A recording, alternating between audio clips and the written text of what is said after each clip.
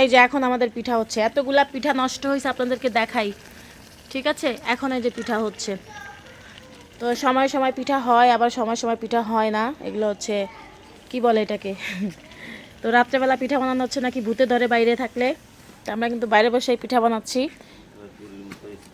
হ্যাঁ, হুম,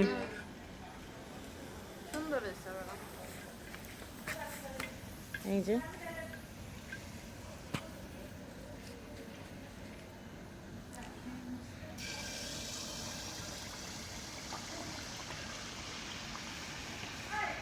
এবার মাশাআল্লাহ পিঠাগুলো খুব সুন্দর হচ্ছে।